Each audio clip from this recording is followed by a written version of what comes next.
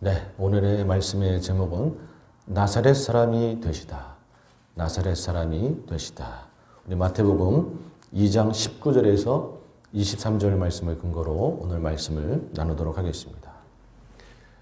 예수님의 부모인 요셉과 마리아는 갈릴리 나사렛에 살았습니다. 그런데 예수님은 갈릴리 나사렛에 태어난 것이 아니라 미가 선지자의 예언대로 베들레헴에서 태어나셨습니다. 그리고 베들레헴에서 태어나셨지만 거기서 또 어린 시절을 보낸 것이 아니라 또 선지자들의 예언처럼 나사렛에서 또 자라나시게 됩니다. 과연 예수님은 하나님의 어떠한 역사하심과 어떤 인도하심 속에서 이렇게 어린 시절에 여정을 가지게 된 것인가? 어린 시절에 오늘은 여정을 살펴보면서 은혜를 나누기 원합니다. 첫 번째로 하나님은 상황을 인도하십니다. 하나님은 상황을 인도하십니다. 정상적인 생각으로 보면 부모가 갈릴리 나사렛에 살았기 때문에 예수님은 갈릴리 나사렛에서 태어나는 것이 상식적일 수 있습니다. 그러나 미가 선지자의 예언처럼 예수님은 베들레헴에서 태어나시게 되죠.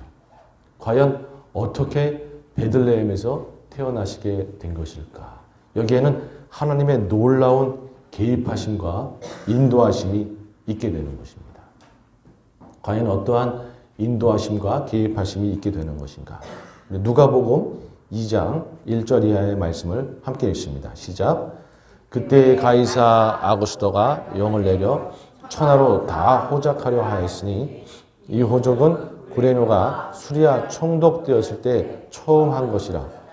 모든 사람이 호적하러 각각 고향으로 돌아가매. 그러니까 하나님께서 개입하시고 인도하셔서 역사를 이루시는데 먼저는 로마의 초대 황제였던 가이사 아구스도, 자막을 보시면 가이사 아구스도를 들어 쓰십니다. 그에게 하나의 생각을 집어넣으신 거죠. 가이사 아구스도가 뭔가 피지배 이 백성들을 잘 다스리고 또 세금을 잘 거두기 위해서 뭘 하면 좋을까 하다가 인구 조사를 해야 되겠다. 호정령을 발령해야 되겠다라고 생각을 하게 되는 겁니다. 그래서 호정령을 발령을 해가지고 모든 피지배 그 나라들이 다 인구 조사를 하도록 한 것이었죠. 그래서 본인의 고향으로 가서 다 호적을 신고하고 해야 되는 일이 벌어진 것입니다. 그런데 이 가이사 아구스도는 BC 27년에서 AD 14년 사이에 황제로 있었기 때문에 예수님은 BC 4년도에 태어난 걸로 저희가 보고 있죠. 그러니까 그 넓은 그 통치 시기 속에서 정말 딱 그 시기가 맞아야 예수님이 베들레헴에서 탄생할 수 있었던 것이죠. 그 호정령이 언제 어떻게 발령이 돼가지고 또 그것을 발령해도 각 나라의 그 총독들, 수령들이 그것을 어떻게 진행하느냐에 따라서 예수님이 베들레헴으로 갈 수도 있는 것이고 그냥 갈릴리 나사렛에서 태어날 수도 있는 것이었죠. 그런데 하나님께서는 어쨌든 가이사 아구스도에게 호정령이라고 하는 생각을 불어넣어 주셔가지고 예수님이 베들레헴 고향으로 돌아가셔서 거기서 태어날 수 있도록 뭔가 하나님이 역사하시고 일을 꾸미신 것이죠.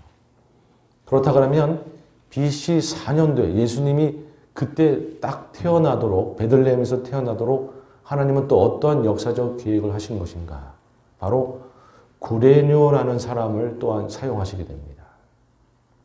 이 구레뇨가 바로 그 당시 수리아 총독이 되게 되는데요. 수리아 총독은 수리아 지역, 이스라엘 지역, 이 팔레스타인을 모두 통치하는 그러한 수리아 총독이 되는 것입니다. 그런데 사실 그 당시에는 그 지역에 바로수라고 하는 아주 유능한 정치인이 있었어요. 이름을 날리는 정치인이 있었는데 이 사람은 악독한 정치인이었었어요. 만약에 그 사람이 수리아 총독이 되어서 그대로 있었다 그러면 예수님이 베들레헴에서 태어날 가능성은 거의 없는 겁니다. 왜냐하면 악독한 총독이 인구조사를 실행하게 되면 유대인들이 가만히 있지 않고 반란을 일으키는 거예요.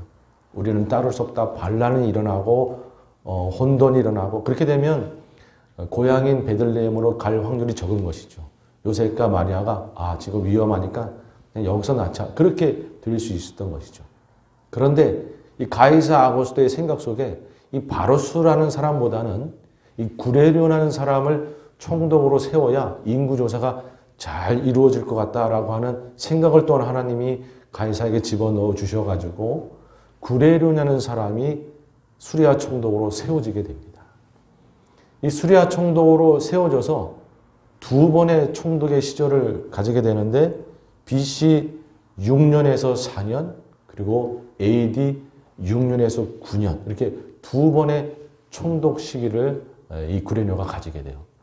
그런데 이 구레뇨는 그래도 나름대로 충성된 그러한 총독이어가지고 성실하게 유대인들에게도 나름대로 그래도 인정을 좀 받게 되고 그렇게 해서 첫 번째 인구조사가 BC 6년에서 4년에 있었고 두 번째 인구조사는 또 AD 6년에서 9년에 이렇게 두 번 인구조사를 하게 됩니다.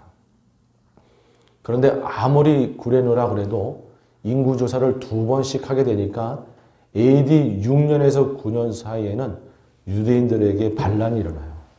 반란이 일어나가지고 막 혼란이 일어나고 하니까 결국에는 이 구레뇨가 그 일로 인해서 총독에서 물러나게 됩니다. 로마로 소환을 당해요. 그런데 다행히 BC 6년에서 4년 처음 총독이 되었을 때 그때 인구조사는 처음 하는 거고 그래서 또 하나님이 다스리시고 그래가지고 그때 인구조사는 평안하게 잘 이루어진 것입니다.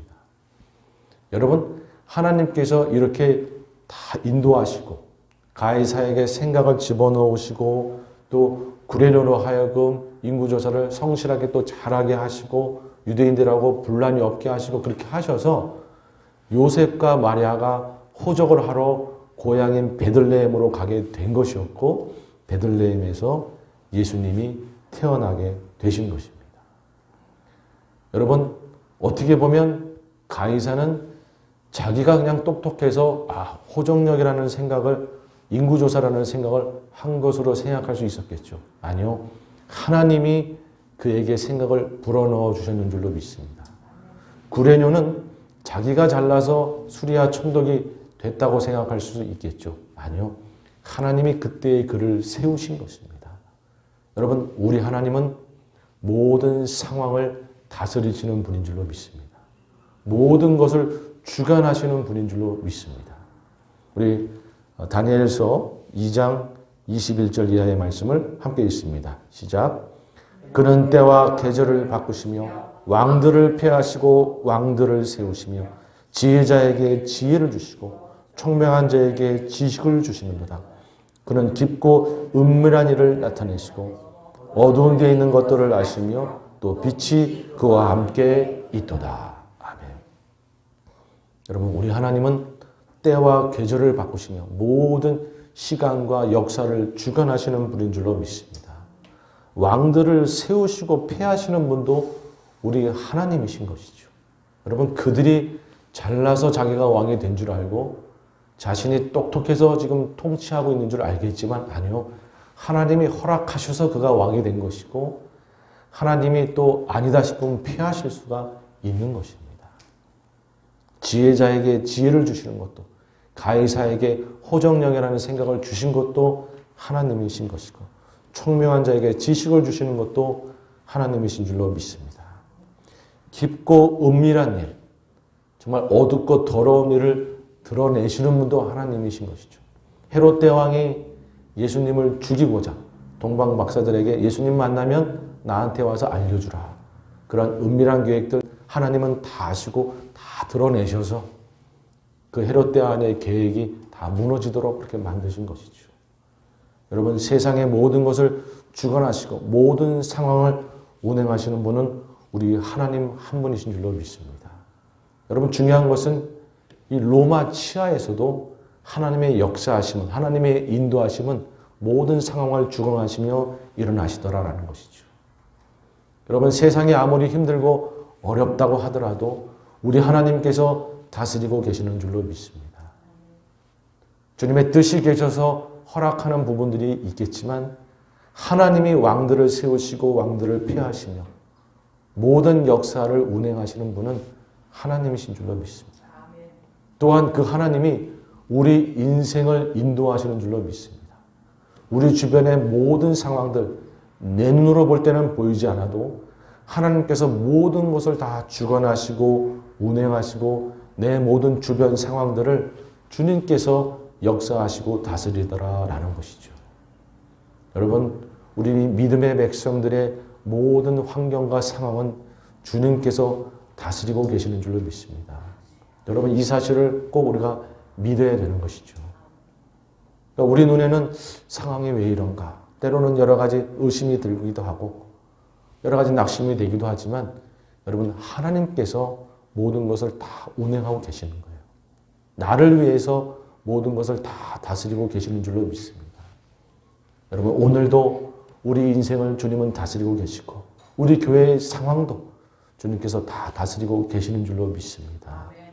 여러분, 그 주님을 믿고 나아가면 주님께서 상황을 필요하시면 바꾸시고 주님께서 모든 것을 역사하셔서 우리 인생을 아름답게 인도해 가실 줄로 믿습니다. 아멘. 두 번째는요, 하나님은 인생을 인도하십니다. 인생을 인도하십니다.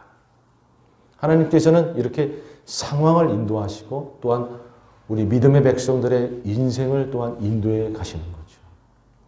지난주에 살펴본 것처럼 헤롯 대왕이 이제 동방박사들이 별을 보고 와가지고 유대인의 왕을 뵈러 왔다라고 하니까 그만 스트로크를 하면서 두려워서 동방박사들을 불러서 예수님을 만나게 되면 나한테 알려달라. 그것은 예수님을 죽이려고 그랬던 것이죠. 여러분, 하나님은 그렇게 악한 계획들이 다 이루어지도록 그냥 두시지 아니하시고 다 무너지도록 개입하시고 역사하시는 것이죠. 여러분, 그래서 하나님은 누구에게 이제 먼저 나타나시는가? 동방박사들의 꿈에 먼저 나타나십니다. 마태복음 2장 12절 말씀을 함께 읽습니다. 시작. 그들은 꿈에 헤롯에게로 돌아가지 말라 지시함을 받아 다른 길로 고국에 돌아가니라. 아멘. 여러분, 하나님께서 꿈에 동방박사들에게 나타나서 헤롯에게 가지 말고 다른 길로 돌아가라. 그렇게 말씀해 주시는 거죠. 여러분, 그래서 이 동방박사들이 헤롯에게 예수님이 어디서 태어났는지 말하지 않도록 그렇게 다 인도하신 것이죠. 그리고 두 번째는 예수님의 부친 요셉에게 태어납니다. 마태복음 2장 13절 말씀을 함께 읽습니다. 시작. 그들이 떠난 후에 주의 사자가 요셉에게 현명하여 이르되 헤롯이 아기를 찾아 죽이려 하니 일어나 아기와 그의 어머니를 데리고 애굽으로 피하여 내가 내게 이르기까지 거기 있으라 하시니. 아멘. 여러분, 하나님 아버지께서 친히 요셉에게 자세하게 모든 것을 다 이야기해 주시는 것이죠. 헤롯 대왕이 지금 죽이려고 하니까 당장 예수님하고 아내 마리아를 데리고 애굽으로 피하라. 그리고 내가 다시 너한테 지시할 때까지 거기 애굽에서 살고 있어라 라고 지시해 주시는 것이죠. 우리 마태복음 2장 14절 이하의 말씀도 계속 있습니다. 시작. 요셉이 일어나서 밤에 아기와 그의 어머니를 데리고 애굽으로 떠나가 헤롯이 죽기까지 거기 있었으니 이는 주께서 선지자를 통하여 말씀하신 바 애굽으로부터 내 아들을 불렀다함을 이루려 하심이라. 아멘. 여러분, 하나님께서 요셉의 꿈에 나타나시고 동방박사 꿈에 나타나시고 그렇게 해서 이 예수님의 모든 길을 다 인도하셔서 애굽에서 피난해서 무사히 지낼 수 있도록 그렇게 하신 것이죠. 그런데 여기 뒷부분에 지금 읽은 말씀 뒷부분에 보면 주께서 선지자를 통하여 말씀하신 바 애굽으로부터 내 아들을 불렀다함을 이루려 하심이라. 무언가 선지자의 예언이 이루어졌다라고 그렇게 말씀하고 있습니다. 여러분, 이 말씀은 호세아 선지자의 말씀인 것이에요. 호세아 선지자 그 말씀인데 호세아서 11장 1절 말씀을 제가 읽으면 이스라엘이 어렸을 때 내가 사랑하여 내 아들을 애굽에서 불러냈거늘 이렇게 되어 있어요. 이스라엘이 어렸을 때 내가 사랑하여 내 아들을 애굽에서 불러냈거늘. 여기서 내 아들은 호세아 선지자가 이야기한 내 아들은 이스라엘인 거죠. 그러니까 호세아 선지자가 지금 무엇을 이야기하고 있냐면 하나님 아버지께서 이스라엘을 애굽으로 피신시킨 것도 또 애굽에 살고 있던 이스라엘을 출애굽시켜서 가나안으로 그렇게 들어가서 나라를 세우게 한 것도 하나님이 이스라엘을 사랑하셔서 그렇게 인도한 것이다라는 것이에요. 여러분, 하나님은 이스라엘을 결코 버리지 아니하시고 잊지 아니하시고 이스라엘을 늘 사랑하셔서 애굽으로 피난시키시고 그리고 이스라엘이 거기서 지낼 때 잊어버리지 아니하시고 이제는 이스라엘을 출애굽시켜서 또 가나안 땅에서 나라를 이루도록 그렇게 사랑으로 인도하셨다라는 것이죠. 이처럼 예수님도 하나님 아버지께서 사랑하셔서 지금 애굽으로 피난하게 하시고 또 애굽에 있는 예수님을 잊지 않으시고 애굽에서 나와서 다시 이스라엘로 돌아가게 하시고 이 모든 것은 하나님 아버지께서 예수님을 사랑하셔서 그렇게 인도하고 계시는 것이다 라고 그래서 호세아 선지자가 이야기했던 이 예언이 이루어지는 것이다 라고 지금 말씀해 주고 있는 것입니다. 여러분, 우리 하나님 아버지는 예수님을 사랑하셔서 모든 걸음을 다 인도하신 거예요. 그래서 무사히 애굽에서 지낼 수 있도록 다 인도하시고 또 애굽에서 나올 수 있도록 인도하시고 왜 그렇게 하셨는가? 예수님을 사랑하셨기 때문에 하나님 아버지께서 예수님을 사랑하셨기 때문에 그렇게 인도하셨다라는 것이죠.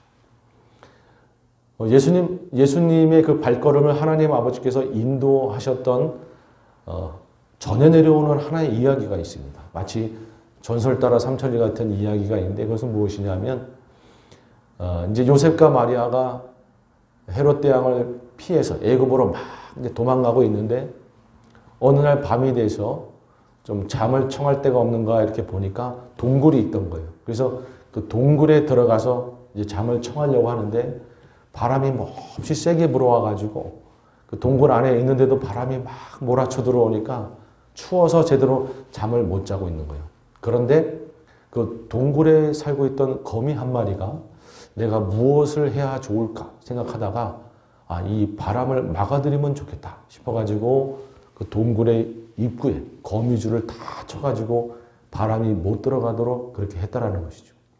그런데 마침 그때 헤롯 대왕이 보낸 군인들이 그 앞을 지나간 것이에요. 그런데 그 앞을 딱 지나가는데 동굴이 딱 보여서 저기는 사람이 숨을 만한 곳이니까 수색해보자. 그리고 들어가려고 하다가 거미줄이 쳐 있는 거 보고 만약 사람이 저길 들어갔다 그러면 저 거미줄을 거두고 들어갔을 거 아니냐. 그런데 거미줄이 쳐 있는 거 보니까 저기는 사람이 없는 것 같다. 다른 데로 가자. 이러고 그냥 지나갔다라는 것이에요. 여러분, 이런 전설 따라 삼천리 같은 이야기가 전해 내려오고 있는데 여러분, 하나님 아버지께서는 거미를 또 이용해서 예수님의 그 걸음을 또한 보호하시고 인도하셨다라는 것이죠. 꿈에 나타나시기도 하고 거미를 이용하시기도 하고 예수님의 발걸음을 이용하셔서 인도하셔서 애굽에서 지내도록 하시고 때가 되면 또 애굽에서 나오기도 하시고 여러분, 그렇게 하나님 아버지께서는 그 모든 발걸음을 다 인도하신 것이죠. 시편 78편 13절 이하의 말씀은 함께 있습니다. 시작. 그가 바다를 갈라 물을 무더기같이 서게 하시고 그들을 지나가게 하셨으며 낮에는 구름으로 밤에는 불빛으로 인도하셨으며 광야에서 반석을 쪼개시고 매우 깊은 곳에서 나오는 물처럼 흡족하게 마시게 하셨으며 여러분, 우리 하나님은 때로는 바다를 가르기도 하시고 낮에는 구름기둥으로 밤에는 불기둥으로 그렇게 걸음을 인도하시기도 하시고 필요하면 반석을 쪼개서 물이 나오기도 하시고 여러분, 그렇게 기적이라도 필요하면 바라셔서 예수님의 발걸음을 인도하시고 또한 그 사랑으로 오늘 우리도 인도하시는 줄 믿습니다.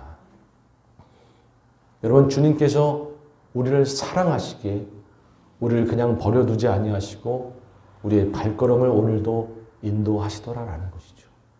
필요하면 기적이라도 바라서 우리의 발걸음을 인도하시더라. 여러분, 이 사실을 우리가 굳건히 믿어야 되는 줄로 믿습니다. 주님이 나를 잊으셨나? 주님이 나를 버리셨나? 아니요. 주님은 잊지 않으시고 오늘도 우리의 발걸음을 인도하고 계시더라라는 것이죠. 필요하면 기적이라도 바라서 우리의 발걸음을 인도하시더라.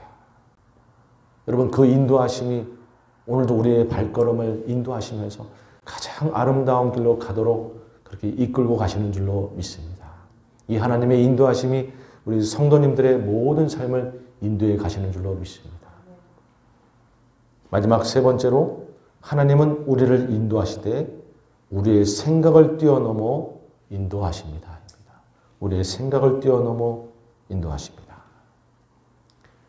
이제 헤롯 대왕이 죽게 되자 애굽에 있던 예수님을 이스라엘로 이제 끌어올리시기 위해서 다시 요셉에게 나타나셔서 말씀하십니다. 우리 마태복음 2장 19절 이하의 말씀을 함께 읽습니다. 시작. 헤롯이 죽은 후에 주의 사자가 애굽에서 요셉에게 현몽하여 이르되 일어나 아기와 그 어머니를 데리고 이스라엘 땅으로 가라. 아기의 목숨을 찾던 자들이 죽었느니라 하시니 요셉이 일어나 아기와 그 어머니를 데리고 이스라엘 땅으로 들어가니라.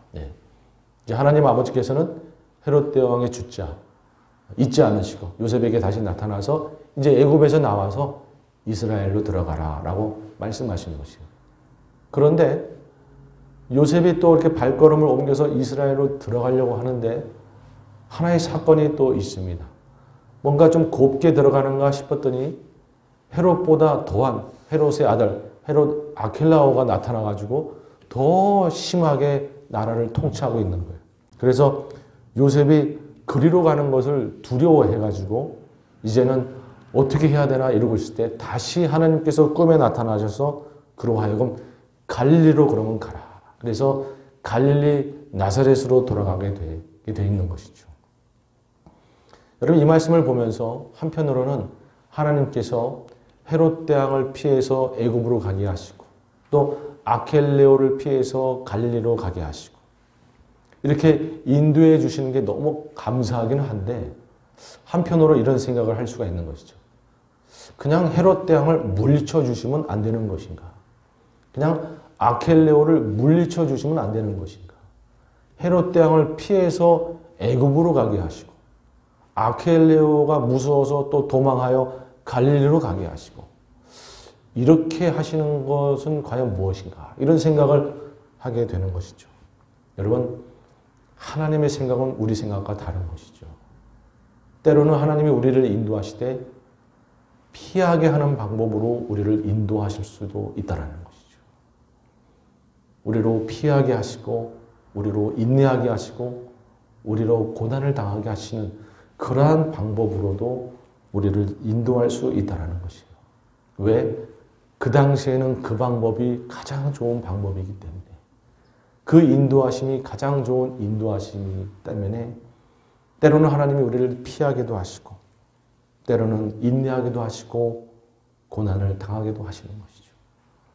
우리 이사야서 55장 8절 이하의 말씀을 함께 읽습니다. 시작.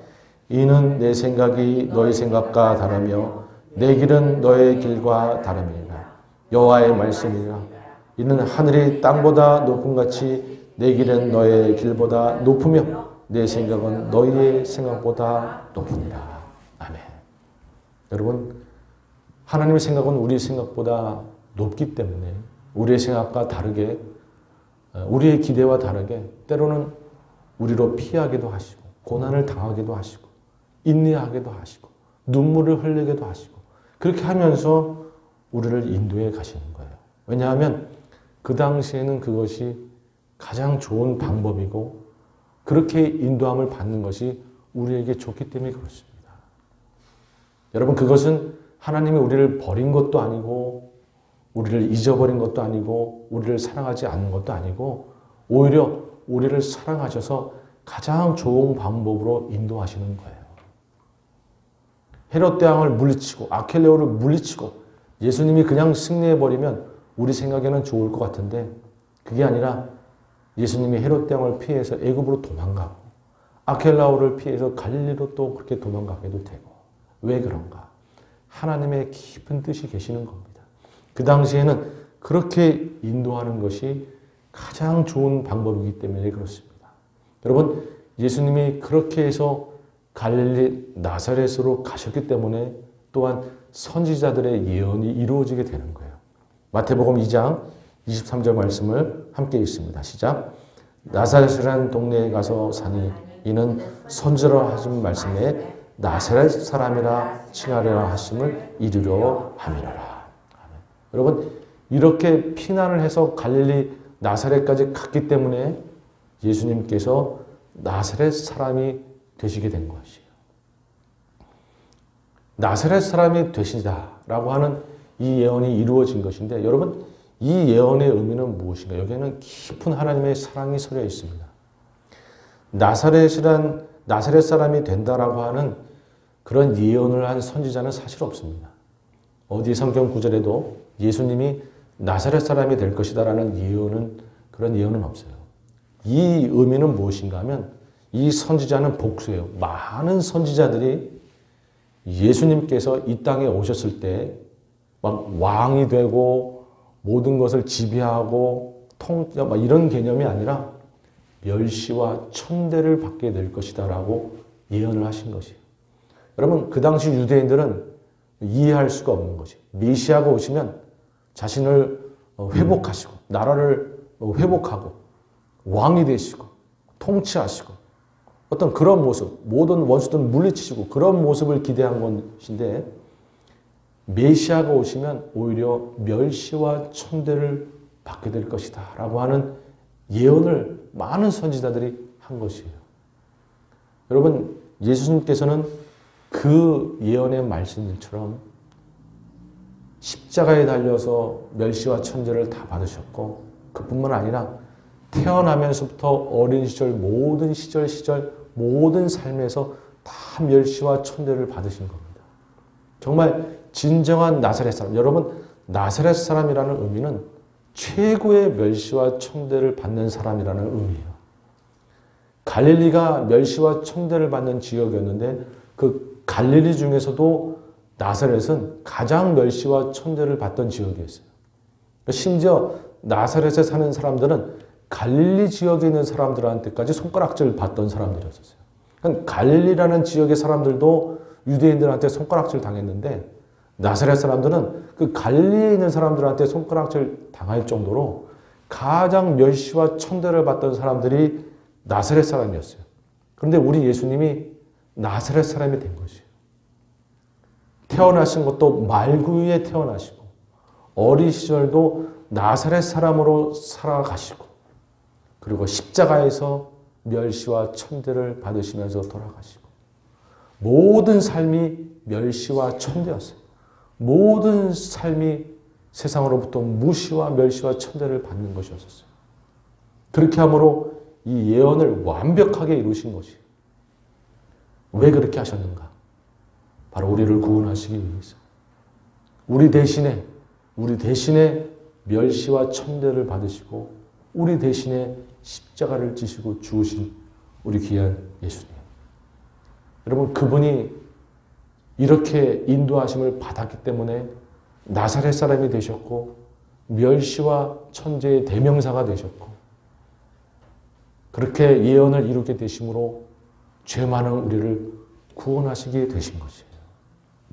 그 당시에 예수님께서 피난하시는 그러한 인도하심을 받았기 때문에 여러분, 우리가 구원을 얻게 된 것입니다.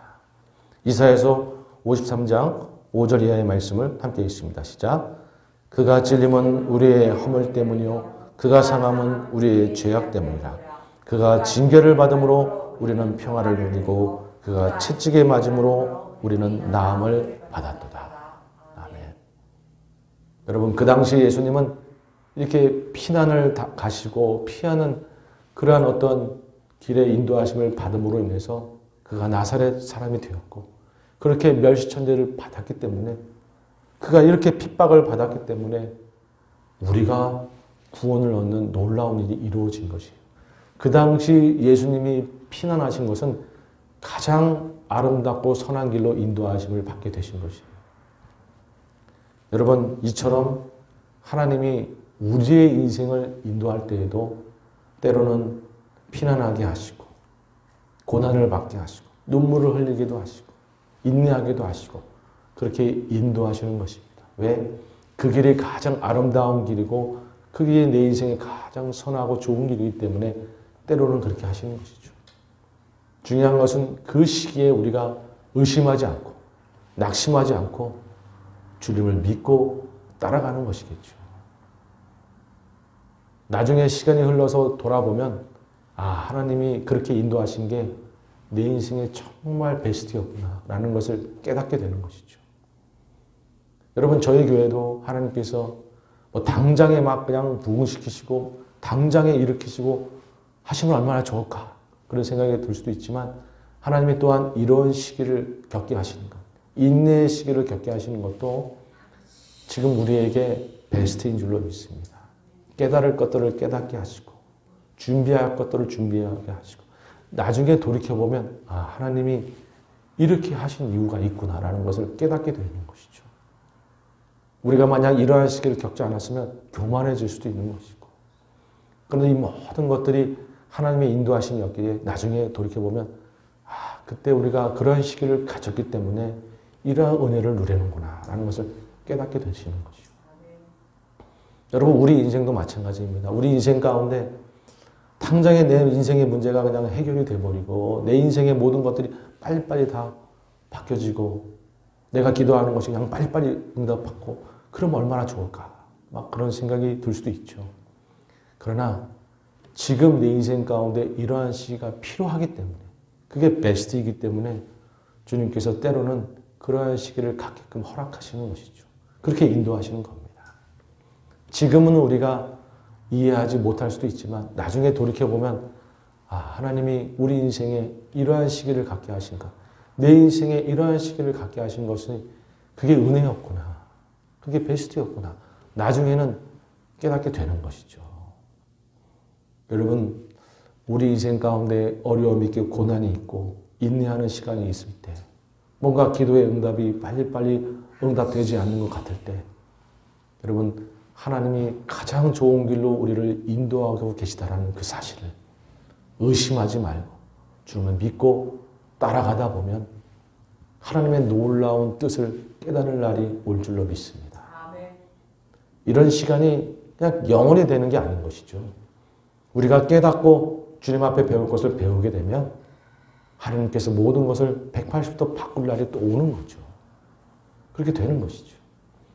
예수님이 죽음으로 끝난 것이 아니라 부활하셨듯이 우리 인생 가운데도 우리를 다루시기 위해서 때로는 이런 시간을 갖게 하시는 것이지만 세월이 지나면 우리 인생 가운데 놀라운 축복으로 또한 함께 하시는 줄로 믿습니다. 이제 말씀을 맺고자 합니다. 여러분, 우리 하나님은 세상의 모든 상황을 주관하시는 분이시고 또한 우리 인생을 인도하시는 분이십니다. 그러나 때로는 우리를 피난길로 인도하시기도 하고 때로는 눈물을 흘리기도 하시고 때로는 고난을 당하기도 하시면서 그렇게 인도하시더라. 그런데 그것은 우리 인생에 필요하기 때문에 우리를 가장 아름답고 선한 길로 인도하시는 것이기 때문에 그때는 그게 필요해서 그렇게 인도하시는 것이더라 라는 것이죠. 우리가 의심하지 말고 묵묵히 인내함으로 그 주님을 믿고 따라가면 하나님께서 가장 좋은 인도하심으로 우리를 인도해 가실 줄로 믿습니다. 그리고 나중에는 놀라운 하나님의 뜻을 깨닫게 될 것이고 정말 부어주시는 축복을 또한 우리가 누리게 될 줄로 믿습니다. 이 놀라운 은혜가 우리 모든 성도님들 가운데 우리 교회 가운데 함께하기를 주님의 이름으로 축복합니다. 아멘.